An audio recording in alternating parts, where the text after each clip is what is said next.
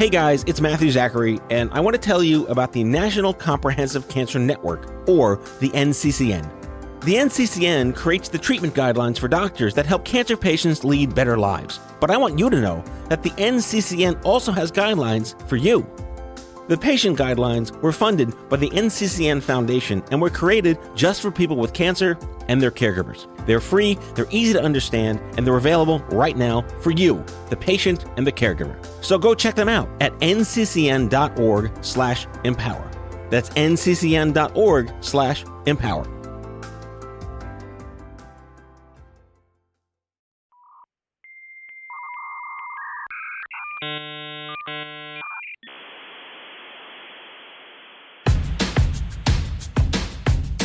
I'm as mad as hell, and I'm not gonna take this anymore! Hello, friends. Welcome back. I had the most impassioned, authentic conversation. Marie Wilda is a champion for independent pharmacists. She's not herself a pharmacist, nor does she play one on television, but she is just so passionate about the absolute train wreck that has become of pharmacists in this country. So yeah, while we joke about her being a fly fisherman and working for a polo club, she's also a Navy veteran who served our country and has spent the last couple of years rallying for the voice of the independent pharmacists. You know, they are clearly the most accessible and frequently visited members of the healthcare team. Independent pharmacists, pharmacists in general, are the most trusted people in healthcare. But what can Americans really do to support the local pharmacies and keep the over-under balance up? Sure, you want your toilet paper, your shampoo, and all the other fancy stuff across the street, but is there a value? Yes, there is. What is that value, and how can that trickle back to the true bartenders and the arbiters and the psychologists of healthcare, the local pharmacist? Enjoy the show.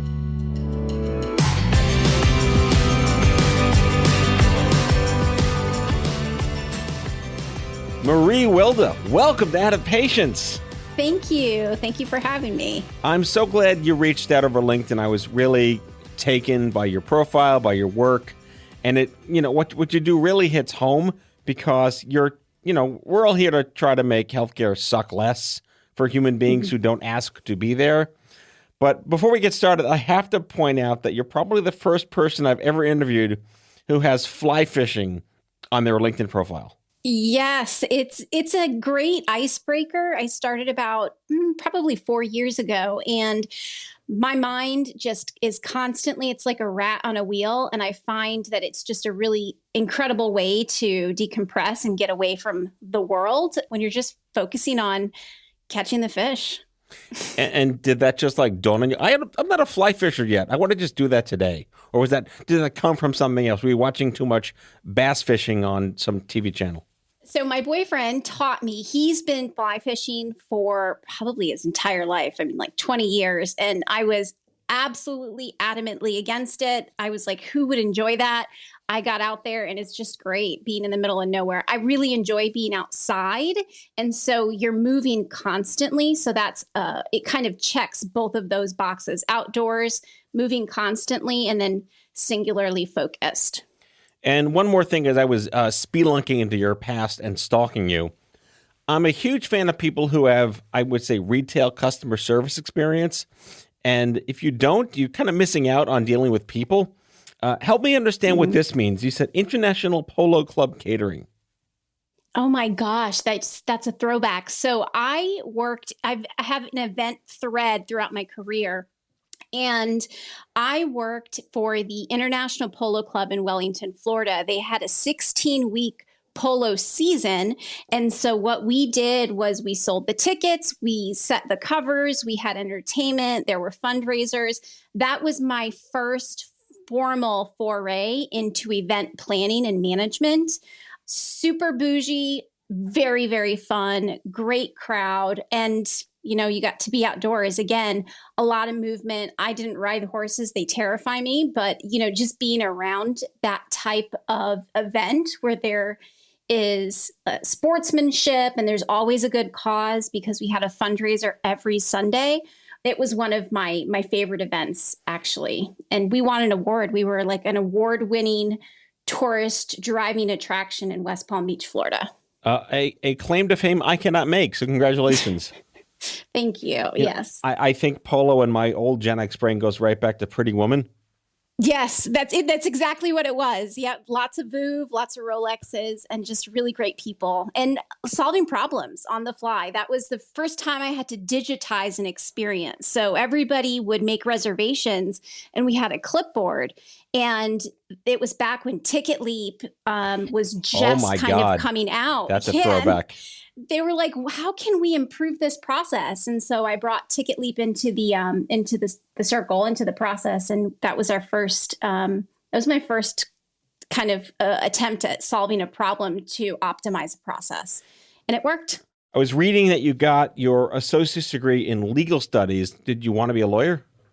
I did want to be a lawyer. I wanted to be a judge for some reason. I wanted to bring down the hammer swift and mighty. It was very boring, not my bag. So I opted out of that path, and I actually just went directly into marketing. So it was right. I was fortunate enough that I was early in my career when Facebook and Instagram and all of these platforms were coming to light, and so I served small businesses when Facebook first started by, selling Facebook pages. I said, do you want a presence? And I found a niche working with a more traditional marketing agency where they had clients who wanted a digital option, but they didn't want to bring somebody full time. So I provided white label services. And that was just the beginning of everything for me, the path towards marketing and revenue. I mean, that's some niche hustling in the pre-internet universe. Well done. Yes, it was very niche, and it was a hustle. Absolutely. I mean, like, you're from a background, I think I'm a little older than you, but like the life before the internet is almost foreign to half the country. And I feel like back in my day, we didn't have this. That's where my head goes. What were you on like the AOL for? Like, what did you use? Were you on social at all? Whatever that it meant in like 2004, 5, 6? So I was on AIM early on, Chat, that MSN AIM, I think it was, and then MySpace. Doug. Wasn't everyone friends with Doug? No, his name is Tom. Tom, I'm sorry. I'm all right. We just lost half the audience. All right. I'm sorry. I apologize to Doug, whoever Doug is. It's Tom. Tom in front of the whiteboard. Yeah. So then MySpace and then Facebook showed up. And I think that was pretty much the beginning of the end for me. So I was, I think they call me an elder millennial. I think there's a comedian that's the term. So yes. No, there actually is the term. You know how real estate brokers invent neighborhood names? There are generationalists or anthropologists that make up those types. Apparently, you are ready for the. You are a zennial. A zennial. It's a millennial with an X at the beginning. Like you're like. Yes, because Generation X was right before us. Yeah, I'm unabashedly Gen X. I'm 74, which is the median bell curve, and I'm owning that, and I'm never letting it go. But it really is that appreciation for what life was like, let alone in healthcare and medicine. But just I was in marketing. I worked for an ad agency for 10 years before the internet. And man, was that a different world by comparison. And it's so irreplicable by today's standards. Yeah, absolutely. Yes. So when did anything happen that said, I'm going to do this now? Was it like you niched yourself in a way that was almost like indispensable? Did that become the scaling of yourself? That did. So when I zeroed in, so at IPC, it was events and marketing. And then I broke off and I started providing the white label services for the kind of PR or print and ad agencies. And that had an event component because I worked with restaurants that had live music. So there's always been an event thread. Throughout my career, I worked on a national book tour for Jack and Susie Welch. So they wrote a book called The Real Life MBA, and I managed that to creating content, strategy, and just administrative stuff. I call it my year of business boot camp because working for them and running in those circles was what do they say? Like water, or putting your mouth on the fire hose. It was just so much information nonstop. And it was one of the most amazing experiences of my life. And that was a first kind of level up in terms of an event, because we went to places. I mean, we did interviews with Gary Vaynerchuk. We went to MIT. I mean, you name it, LinkedIn, Google Talks. It was the top level of exposure for business for me. And that's kind of cemented my experience creating events to activate brands and content revenue strategy. Right. And this was all when everything was kind of innocent and everyone's LinkedIn profile said new media guru. Yes. And now you can be whatever you want. I mean, there's so many names and kind of silos. Silos is the wrong word, but just ways to define yourself and your niche. It's been amazing to watch LinkedIn develop over the years. I think it's one of the most valuable platforms out there. Well, it's an over-under, too, with the perspective of knowing what it was like beforehand. You know, the democratization of opinions is the worst thing to happen to humanity ever. But at the same time, it's really created like niche tribalist markets that help each other in ways that you couldn't have done before. Yes, absolutely. I love it. And independent pharmacy is one of those. That's a great way to put it. You know, the tribalist market. I mean, we serve each other. We share information. Where I come from, we always said independent pharmacies, that we're not competition to each other. That when we lift each other up, that's when we all succeed at a higher level. Yeah, I want to spend a lot of time talking about the independent pharmacy conversation on the second half of the show, because that alone could be 75 shows. But help me unpack. I'm still perseverating on the fact that we were coexisting in the divergent here. So Ben and Jerry's, I was like, where is this going with this? When you go to Ben and Jerry's in Vermont, they have a flavor graveyard. And you were mentioning all these platforms that should be in the social graveyard, like Google Talk. What else did you use that doesn't matter anymore? Oh my gosh, I can't even remember. It was, it's MySpace. I mean, I remember when we shifted to Google, I was enlisted, I was in the Navy. And I remember somebody telling me about Google, a search engine. And I thought it was broken because there was nothing on the page. I was like, where are all the ads and the pop-ups? What is this thing? Ask Jeeves, that's another one that's Jeeves, gone. Yes. Let me think what else. Wasn't there one with like a dog? Like Go Fetch or something with a dog? There is something with a dog. Like Rover is kind of pops into my head, but I can't recall. Yeah. Oh, how bad life was before Bing.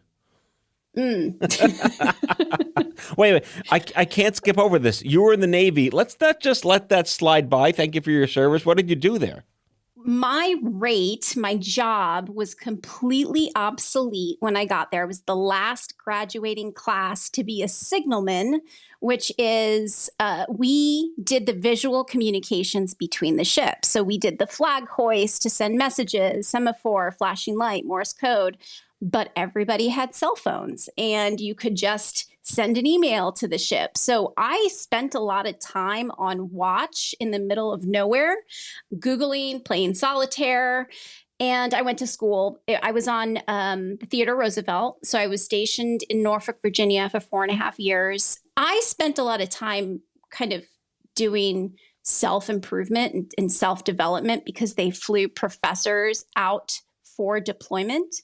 But my job was not mission critical, as you would say, at all. You just kind of, I was in the Navy like for 4 years.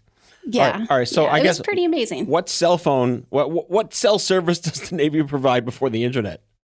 So we had it was my first cell phone. It was this Sprint skinny, it was a skinny silver sliver of a cell phone. And it was Sprint. I mean, you had to tell everybody to text you or call you after 9 because that's when the minutes were free. Yes, long distance, like per minute, hour. Right. Yeah, so I was remember those guys that walked around with like the little business card said here, like free hours if you join MCI or something? I don't remember that. But that was before my time, I'm happy to say. I'm way old. Go ahead. No, so that was, that was my time in the Navy. A lot of time on watch, looking at the ocean, trying to figure out your life and what you want to do. And it was great. It was amazing. It was ultimately not for me. I decided to separate, but I wouldn't trade those 4 years for anything. I can only imagine. I've interviewed many, many friends and colleagues who've served our country, and they all just like, there's no story that isn't amazing, even if it's and there's no, I only did this. No, you served. That's it. I swabbed the deck. No, I flew MiGs. Like, that's Russian, whatever. Like, it's amazing to me as just a layperson civilian, in awe of people who serve the country. So once again, on behalf of myself, our listeners, thank you so much for your service. Thank you. So we are going to take a quick break for real. What's the Navy theme? I always get all the military. Can you sing the Navy theme? Oh, God. I think it's Anchors Away. I will not sing it, but I do know the name. Is it bum, bum, bum, bum, bum, bum, bum, Yes. bum, bum? I can't sing either. But all right, you're welcome, listeners, for that little detente there. We will be right back after these fabulous messages.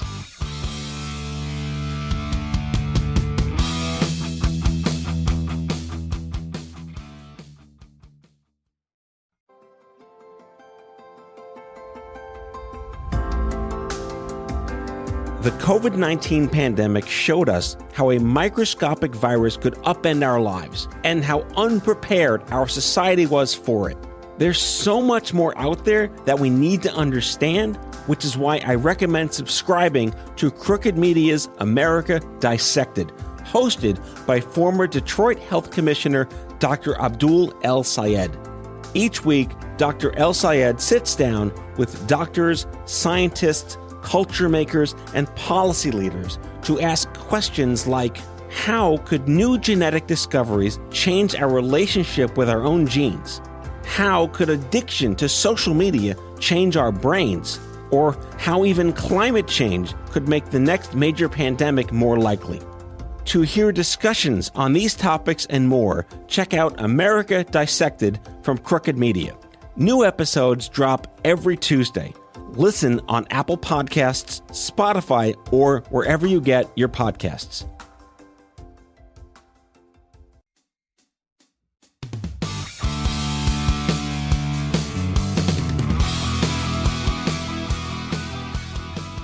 Okay, we're back for those 7 people still listening to this episode. All right, this is a really strong passion point for me is the rural pharmacist, the independent pharmacist, the sort of takeover of, I don't know, there's so many documentaries that are exposing these things, and we have to play fair in the sandbox here. But at the same time, I had an independent pharmacist growing up. That was the 80s. You know, we had there weren't any big box groups doing these things. I know it's irreplicable today in 2023, but how did that become the thing that attracted you most into your career? You know, I was looking for a job when I found that one. I fell into a role at a company called Pharmacy Development Services. And it came after a time my mom fell ill and I was her caretaker for about 1.5 years. And it was really difficult. I didn't understand it. Navigating the healthcare industry was so challenging. Fast forward to 2017, when I got into pharmacy, I saw very quickly the potential for independent pharmacies to be a catalyst for change, for healthcare equity, for healthcare literacy, all of these things that the communities need. And they're not going to get anywhere else just because of the number of times the average American walks into their pharmacy versus seeing any other licensed or doctored healthcare provider. That level of access is huge. And I want to do everything I can to leverage that so that the community understands the impact that they can have. So would you agree there's an over-under? There is a benefit to having these massive institutional platforms in different communities because they're there everywhere, because you can't really have independent pharmacies everywhere. They're limited to local areas, right? The scaling isn't there, but there's a value exchange. There are ways for the community or healthcare to better serve the community. And it doesn't look the same, right? Yes, mail order does work in some instances. If it's done well, if the patient can access a pharmacist to understand things like medication interference and nutrient depletion challenges, so that if they can get in touch with somebody, that they can get the coaching and the consulting needed, great. That's perfect. But there are a lot of people that are being kind of pushed into a specific direction or a type of engagement with a healthcare provider that need a little bit more, and those options don't exist for them. So I agree there is an over-under. And right now, I think that there should be more focus on the different options and educating the public on what pharmacy brings to the table as a part of the clinical care team. You know, I've heard the pharmacists refer to, I mean, first of all, it's in the literature, the most trusted profession in healthcare, period. Done, it's out there. Can you speak to the potential differences in the latitude an independent pharmacist might have against one working for one of the larger groups? Does that personalization, does that bartender psychology effect, do we lose that? Is it better? Yeah, you definitely lose it. So I need to preface everything I'm about to say with I'm not a pharmacist. I don't have any clinical experience. My experience in healthcare is as a patient, or having a loved one going through that process, and my experience working with independent pharmacies in my last role. There are some constraints that pharmacists have to live through when they're working through or working with these big box stores. And they're driven by profit. They're driven by performance metrics that are led at the top of, the totem pole. And independents have an opportunity to get that, to zero in on the community needs and really serve up what they're seeing and kind of guide the community to a better place in terms of healthcare and taking ownership over their wellness. That I don't think this is not a total sum kind of statement. For the most part, these big box stores don't have that opportunity. It's a retail and it feels like a real estate play. They're at the corner of every main street and in town in the United States. And they still don't have the personalized services that you can get at an independent pharmacy. Do you feel that the value of independent services has been lost on American consumers for the sheer convenience of buying toilet paper and shampoo at the same time? Yeah, that's what kind of the comment I made about it being a real estate play. They're at every main street corner. It's just became easy. When I joined PDS, I didn't know independent pharmacy was a thing. As soon as I started to interview and I realized that there were 10 or 15 around me when I was living in West Palm Beach, Florida, I didn't know they existed. I went to CVS. So the public has lost that knowledge. I think that COVID it created a sort of, I hate to say renaissance, but a sort of renaissance where independent pharmacies were on the front lines, putting shots in arms and testing and PPE during the pandemic. And I think people started to realize the value that they can bring to the table. And now a lot of people are just trying to build on that momentum. All right, help me unpack this and verify this statement for me. There's so much push right now. We see it on television, on subway ads everywhere, that prescription medications can be cheaper somewhere else. You don't have to go to these places. And there's a coupon for everything, and no one knows about that. What I found is that the local pharmacists tend to have more wisdom about those things because they're the ones often dispensing things at a lower cost. But most people don't know that that's where they can go for more value when they can still buy toilet paper over here. Is that accurate? Yeah, I think so. So there were a few nuances. One, for a couple of years, there was a gag order on their ability to tell patients that there was a lower cost option or there was a cash option. I believe that gag order was lifted a year or two ago going into the pandemic. So they now have the ability to talk about it, but you're still struggling. There's still a struggle in getting the consumer to understand that that's an option, that independent pharmacies exist and that you can go there for the clinical, for the pricing discussion in order to serve your health and wellness needs.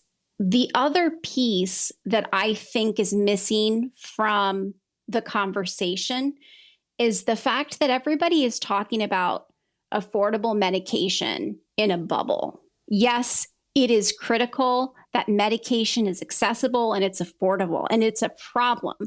And when you talk about it without the context of comprehensive care, what you're effectively doing is you're contributing to the commoditization of pharmacy. It becomes a race to the bottom where the focus becomes the lowest price. And there's so much more to clinical care than just an affordable pricing.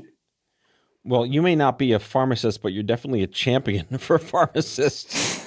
And I really respect that, to take up arms on this. I mean, it's almost, it makes your eyes cross, really think what the larger problem is. It really does. But this show reaches a lot of people, and I'd like to, everyone on a drug, it's cheaper over there. What is the messaging to Americans if, in fact, it may or may not be impeded by the independent pharmacists letting you know?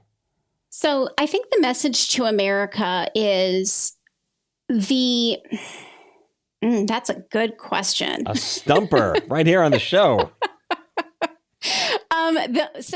From my perspective, the message to America, to the consumer, is that independent pharmacy is a healthcare destination. Many of them have the ability to, one, dispense the medication that you need, and two, provide the coaching and consulting to get you beyond that that healthcare issue that you're working through. So medication management, MTM, I think it's medication therapy management. I don't even know, and I'm embarrassed to say it out loud. But so for somebody who has HIV and they have multiple medications, how are they interacting with each other, and how is that impacting your ability to manage day to day? So there are a lot of subgenres is the wrong word, but there are a lot of offerings besides just dispensing that pharmacists can provide to the community, and it's purely just a matter of getting that word out to the consumer. I mean, it seems so paradoxical that we're debating over access to care and determinants of health and inequities, when in fact the independent pharmacists are probably the most desired, I say, asset in a sense to solve for some of these gaps, because they're dealing with small batches of people. Yes. Yeah. It's prime.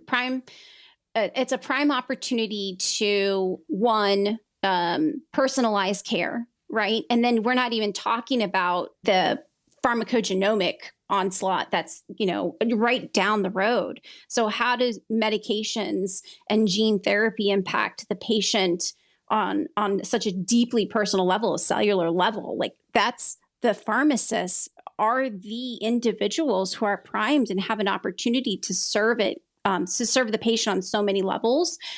Smoking cessation, flu shots. Let's, get into test and treat. In Virginia, there's a bill to have pharmacists to get the access to test and treat things like strep throat, UTIs, that you would normally have to go to a primary care provider or urgent care to get that addressed. How easy would it be to be able to walk to your, or, drive to your independent pharmacy, not have to wait in line? The person already knows what prescriptions you have, what are the potential interactions, and you can get it in one fell swoop and then pick up toilet paper on your way out the door. I mean, this might be an entirely different show, and tell me if you're an SME about this. That acronym, that's a subject matter expert. I hate acronym buttons here on the show. But the American Medical Association takes umbrage with pharmacists having those skills or the capacity to do that. I know there was some strife around giving vaccinations during the pandemic, right?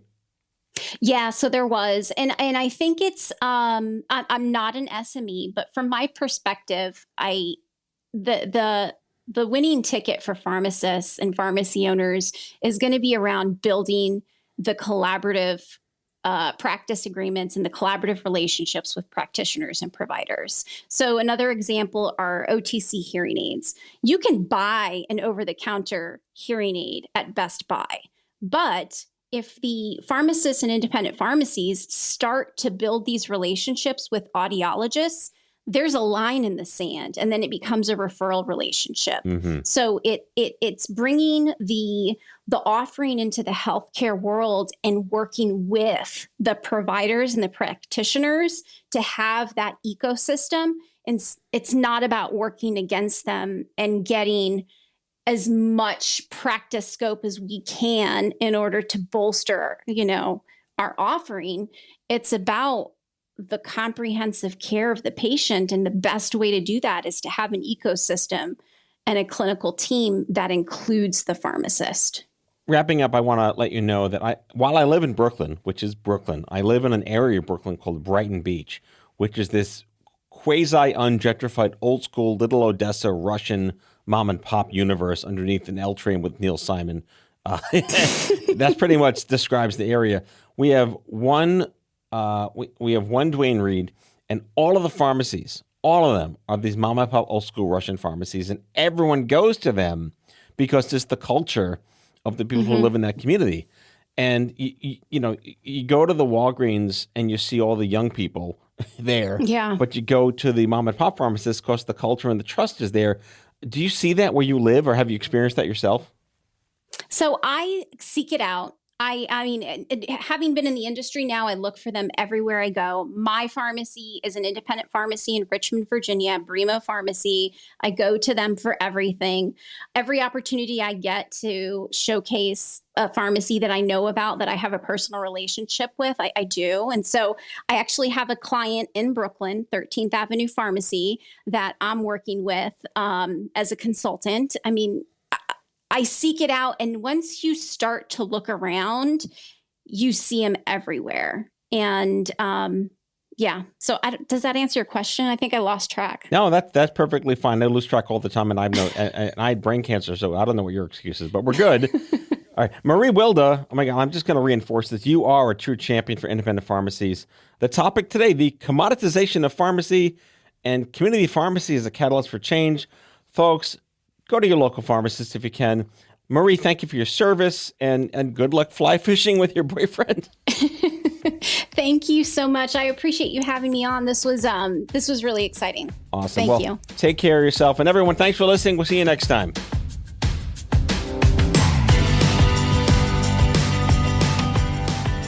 Out of Patience with Matthew Zachary is an OffScrip Health production. The executive producers are Matthew Zachary and Andrew McDowell. It's mixed and edited by Kyle Moore. If you like the show, ratings and reviews are always welcome. Leave us a message anytime at 855-AUDIO-66. That's 855-AUDIO-66 to share your healthcare shitness with us, and we might just play them on the air on a future episode.